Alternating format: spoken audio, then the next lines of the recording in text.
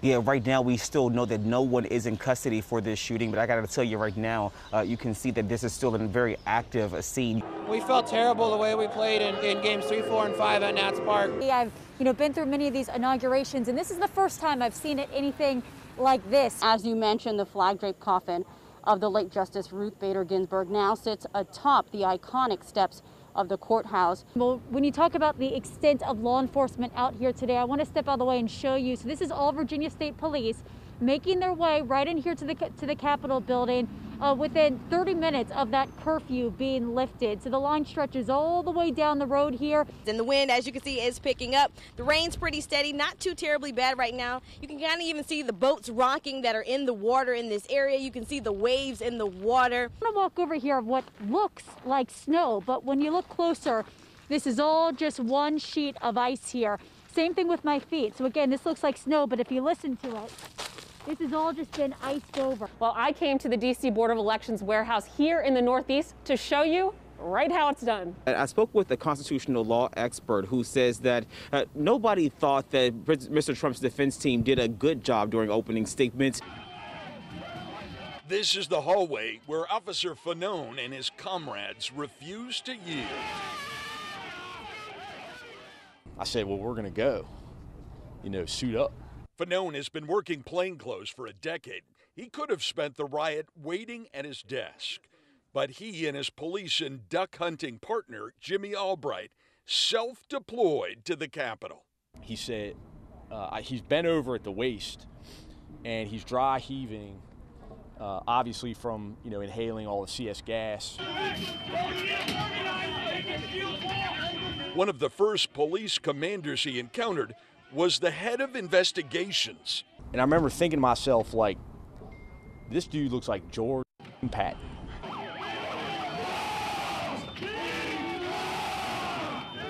Officer Daniel Hodges had already been squished between the door and the mob screaming heave ho. Fanone says it was like medieval combat. And it was like the real life 300 minus the six-pack abs, which none of us have. Somehow, the mob grabbed Fanone out of the line and dragged him into the mob, beating, tasing, smashing him with flagpoles. I remember thinking, at the moment that I got outside, holy, there's a lot of damn people here. Did you think you were going to die out there? Guys were grabbing gear off my vest, and I remember guys chanting, kill him with his own gun. I thought about killing people. I'd probably shoot a couple, and then they're going to take the gun away from me and kill me. Fanone thought of his 4 daughters. I have kids, he told the rioters, and a couple of them showed mercy. Thank you, but you for being there. The only person I credit with saving my life is Jimmy Albright. If they assault the Capitol on January 20th, will you go back on duty and go back? Oh, hell yeah. I went there for my brothers and sisters in law enforcement. There's no army on this earth that would prevent me from fighting alongside those guys. She wanted to become somebody. She wanted to be somebody. I miss her a lot.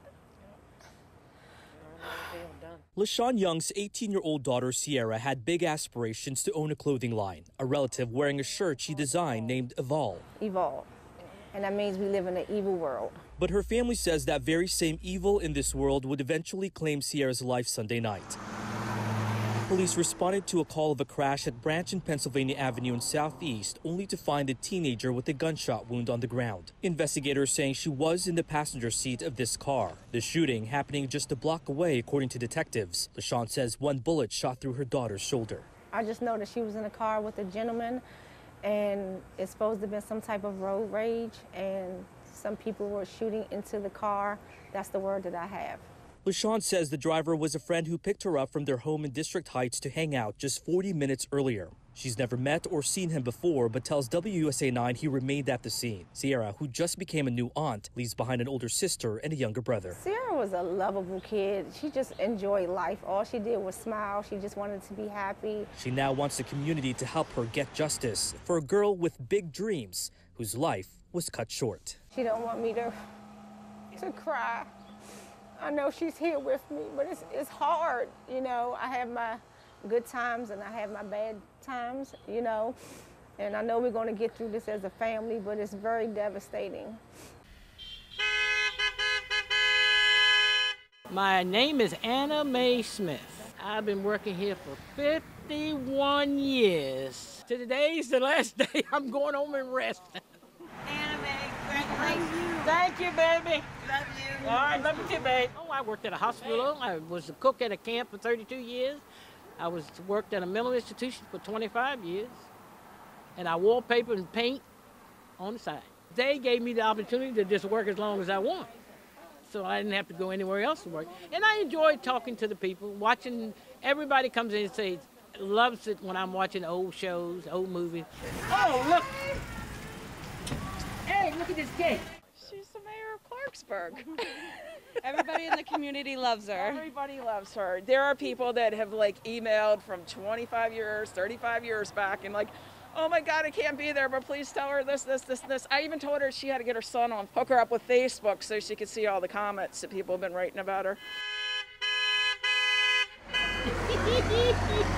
Boy, am I really blessed today. I didn't know that many people remember or, care, but you don't know, how people feel. And the old saying is, give me my flowers while I'm living. Don't wait till I die and give them to them because I can't see them nor smell them.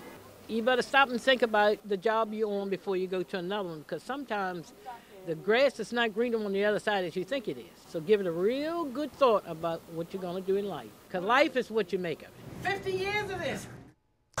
Once your ballot arrives at the DC BOE warehouse, it will make 8 more stops over the course of 2 to 3 days before it's officially counted. The first stop that your ballot is going to make is right here. The envelope, whether it was through USPS or a drop box, is going to come right here to have the flap removed. Once your signature is exposed, then it's off to the sorting machine, where it will be separated by ward. Once an envelope comes off of this sorter, it's processed into 3 different categories: a verified signature, a signature that doesn't match, or an envelope that doesn't have a signature. All signatures are verified by 3 different people. If they can't verify the signature against their records, then the BOE will send and email you a letter so that you can clear it up. You have 10 days to do that. Then it's back to the sorting machine. This time the envelopes with verified signatures make their way to the floor for opening. Once opened, ballots are separated and sorted into precinct order. Since mail-in ballots started being processed here on October 5th, approximately 280,000 ballots have come into this warehouse. About 100,000 of those still need to be counted, but that doesn't account for the ballots that are being cast today across the district and the ones that will come into this center at 8 p.m. when the polls close. The final step of the process is the scanner. All ballots with verified signatures are scanned onto a USB, then driven down to the DC BOE headquarters where they will be officially tallied. If it's dropped off at 7:59, it absolutely positively will be counted, no questions asked.